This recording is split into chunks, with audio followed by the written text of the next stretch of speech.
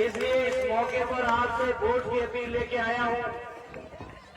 बासुपुर के लोगों, मेहनगर विधानसभा और आजमगढ़ लोकसभा के मेरे सभी सम्मानित लोगों, आप सबके बीच जो माननीय नेताजी ने जो रिश्ते बनाए हैं, जो नाता जोड़ा है, जो दिलों के रिश्ते हैं और जिन रिश्तों को माननीय अखिलेश जी ने आगे बढ़ाया है, उन्हीं रिश्तों को आगे बढ़ाने के लिए आज आप सबके बीच में खड़ा हुआ हूं।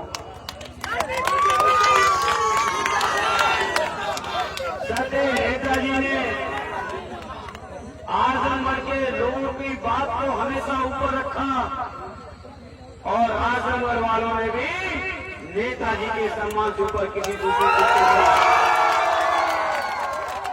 तो इन रिश्तों को आगे बढ़ाने के लिए आपके बीच आया हूं।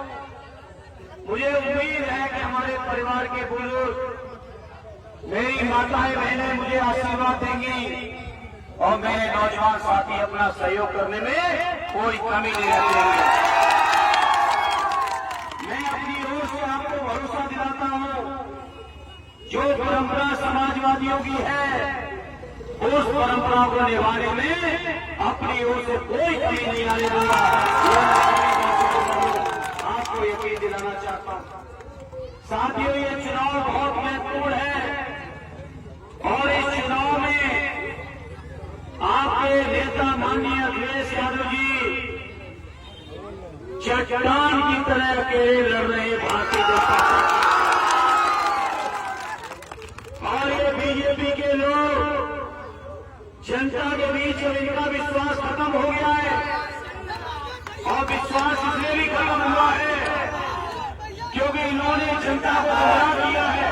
मुझे मत मारो, गुमराह किया है। बताओ, इन्होंने कहा था कि हर साल लोगों को रोजगार देंगे।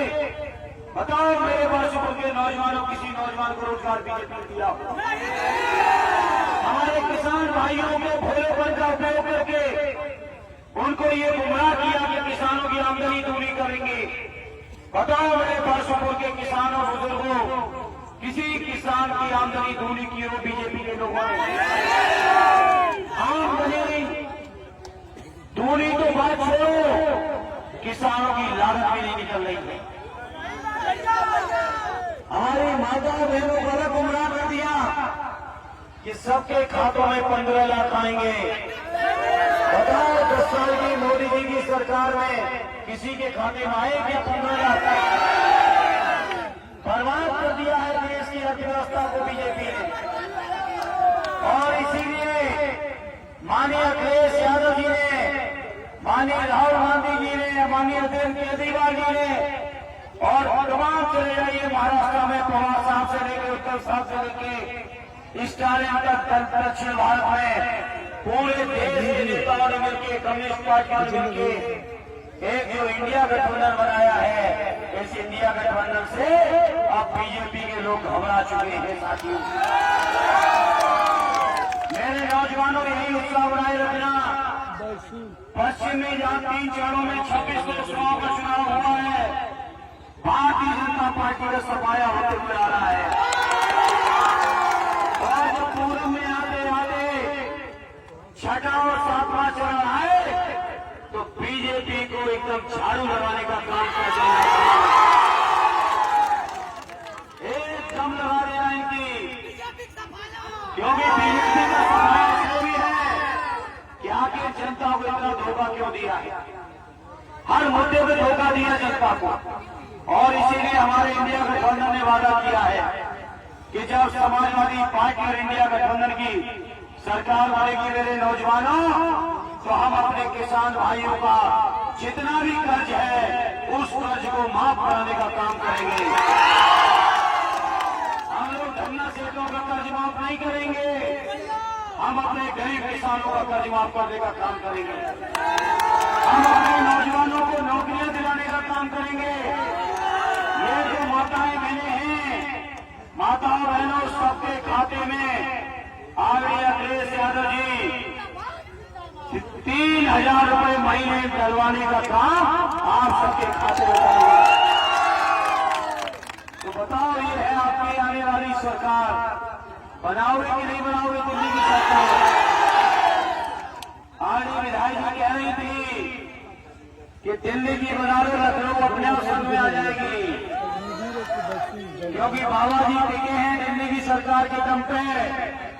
दिल्ली की सरकार जैसे हिलाओगे, ये लखनऊ वाली सरकार का पता नहीं चलेगा। ये तो बताओ, ये लखनऊ वाली सरकार हटाओगे कि नहीं हटाओगे? ये जो पर्चे अग्निवीर वैक्सीन पर्चे जो रद्द करने वाली सरकार है, पेपर लीक करने वाली, हटाओगे कि नहीं हटाओगे?